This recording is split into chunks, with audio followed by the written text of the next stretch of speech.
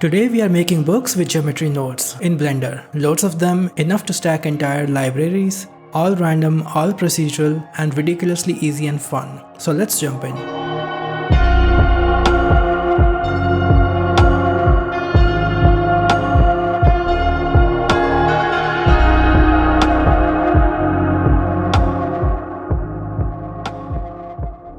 In Blender Geometry Node Editor, if I add a new network and bring one simple mesh line, you'll notice there are 10 segments. That means we have 10 edges. Let's split these edges and scale element. Scale these edges down slightly, and this is what you get after splitting these edges. Now just imagine these are the spines of books. Let's say like this. Books stacked on top of each other. Now I can clearly visualize this in my head, but Blender doesn't understand it yet. So if you bring a viewer node, let's say if we visualize the geometry with the help of viewer node, you will have to enable this from here, attribute text.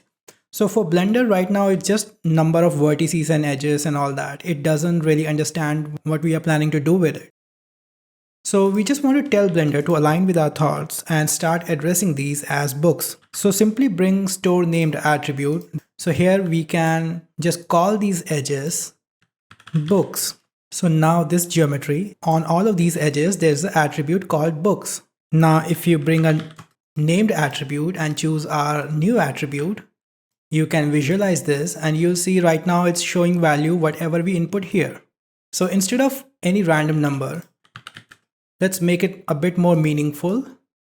We just want to say instead of edge 1, edge 2, edge 3, edge 4, now these will be stored as book 1, book 2, book 3 and book 4 and so on. So that is how Blender's this attribute is going to help us separate these books later on when we need it. Now I'll give you a better example later on and how this is beneficial for us. But for now, if you bring an extrude mesh node and bring a vector node here, in x-axis, if we extrude these vertices, now you can clearly see we have cross sections of the book covers. Now the interesting thing about attribute is, if I bring named attribute again, now previously if you visualize just index on our geometry, you'll see these were just point numbers, but now this is book number 0, book number 1, 2, 3 and 4 and 5, 8, how many ever books you make from this point onwards.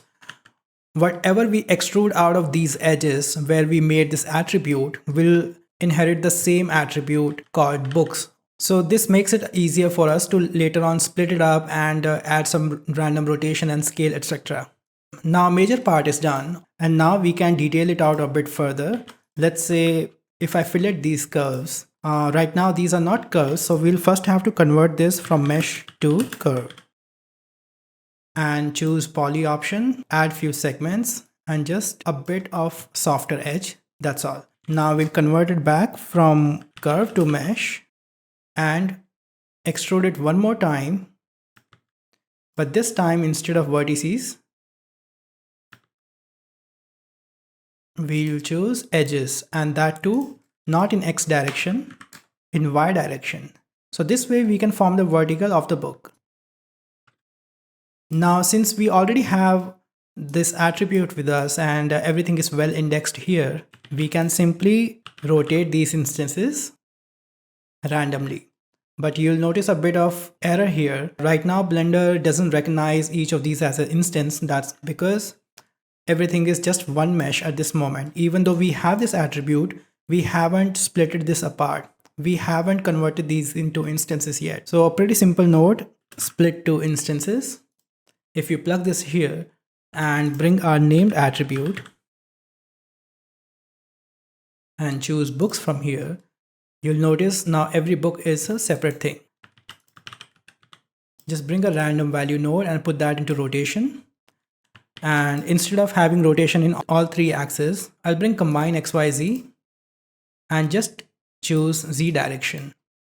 You'll have to align your pivot a bit for this to fall somewhere in the center. So we have random book rotation. Similarly, we can randomize scale as well. So scale instances, let's do the same thing.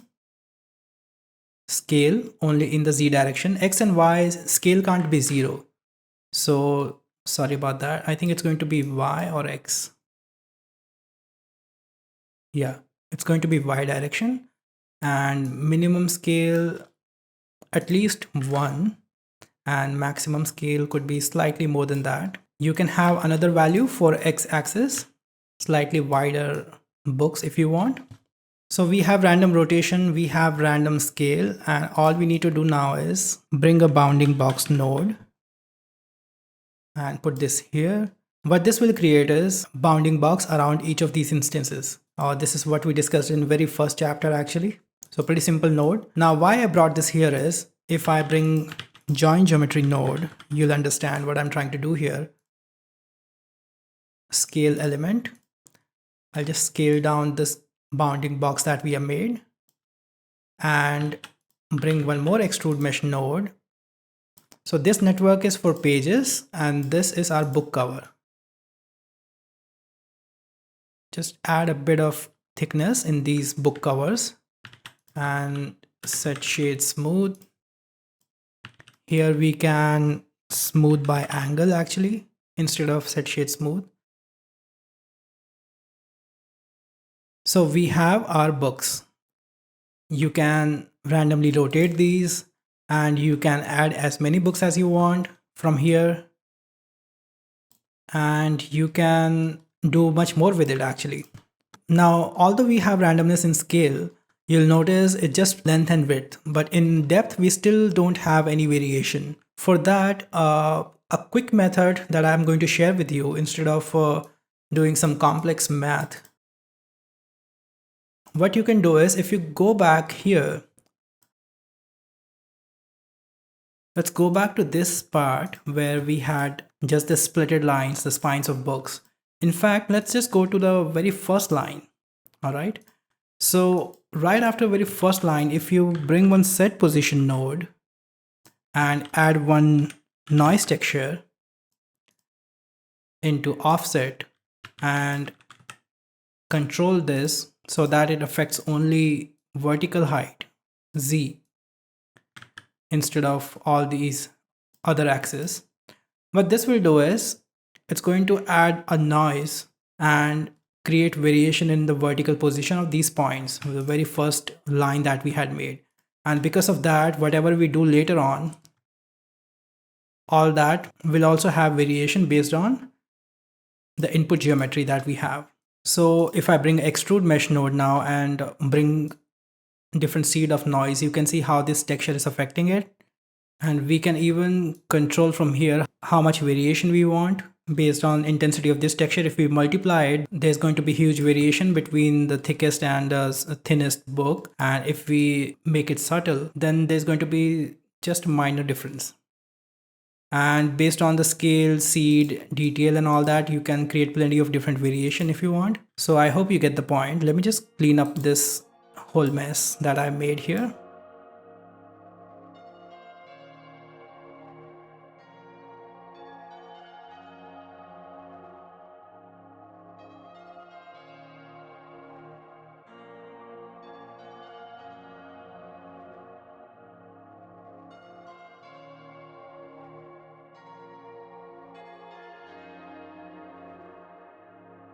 So this is our network for these books. Now all we need to do is bring a group input node and plug in few of these important parameters. Let's say this controls variation in thickness and this controls the count of these books. So all of these parameters will pop up here and make a duplicate of these again. I'm just going to add a few. Let's say right here we have a random rotation, maximum. Yeah, that's about it. And then we can simply name these.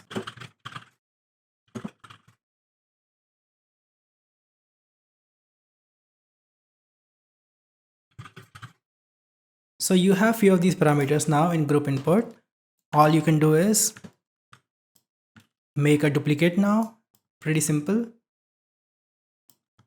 change how much of variation in rotation you want, the kind of books you need, and you can keep on plugging these numbers and make multiple stacks. If you want, you can even add more of these parameters into group inputs so that you have more variation in different pile of books. Now, one important thing here is we haven't added material, which is the another important part.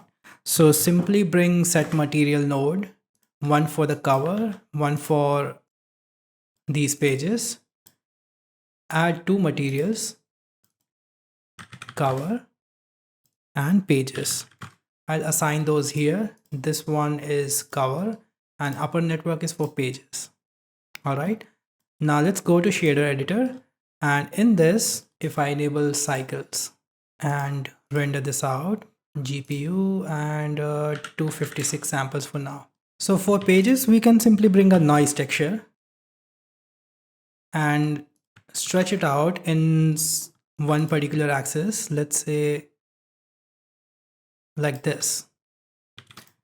Further map range this and create some contrasting lines. And as far as covers go, if I change this to cover, if you want to add some random textures to it, let me show you a thing. Just bring an image texture node.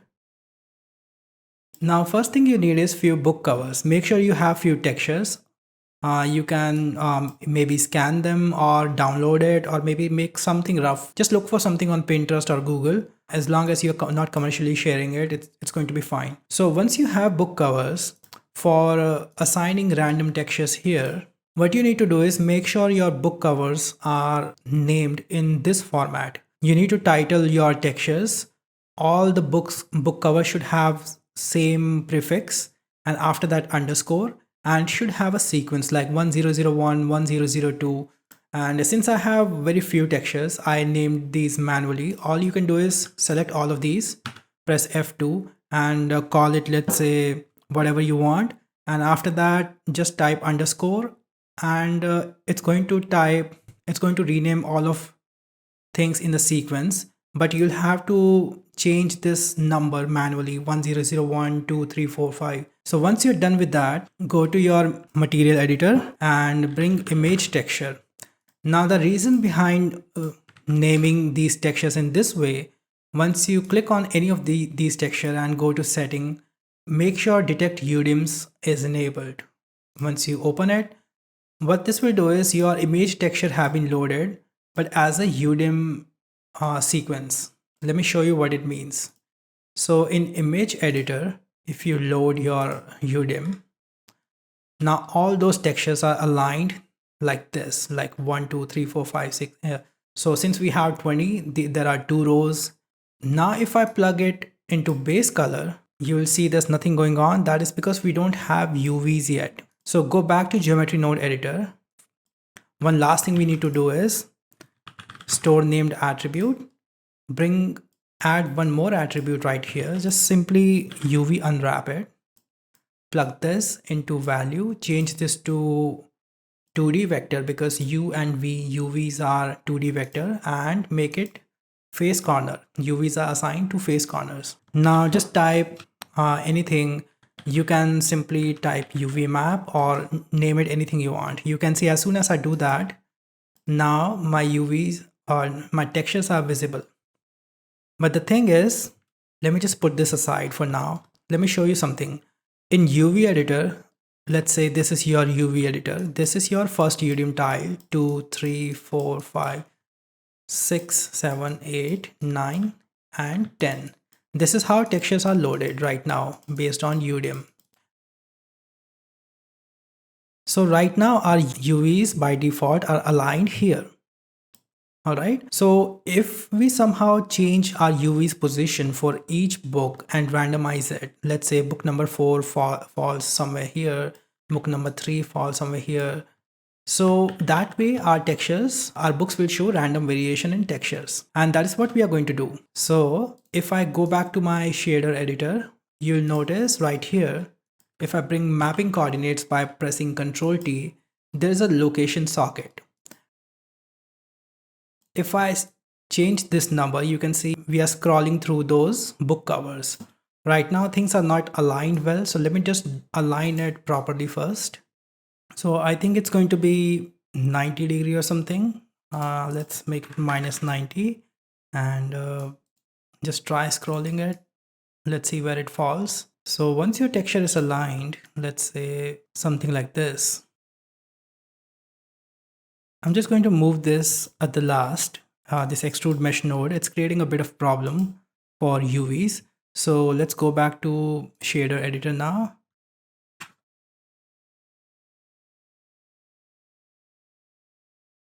Yeah, so our books are aligned and this is our first book. All right. Now what we need to do is in UV editor, let's go to UV editor. So right now all our books UVs are aligned here. All right. And we want these UVs to move to different tiles. So if I bring one object info node and there's a random parameter right here, let's combine XYZ. We just want to separate out X axis. All right. So combine XYZ and randomize just the X axis so that it scrolls through these tiles, like from here to here. For every book, you'll see a slightly random texture. But the thing is, right now, it's still moving between 0 to 1. So we need to increase this range from 1 to 10 because there are 10 tiles.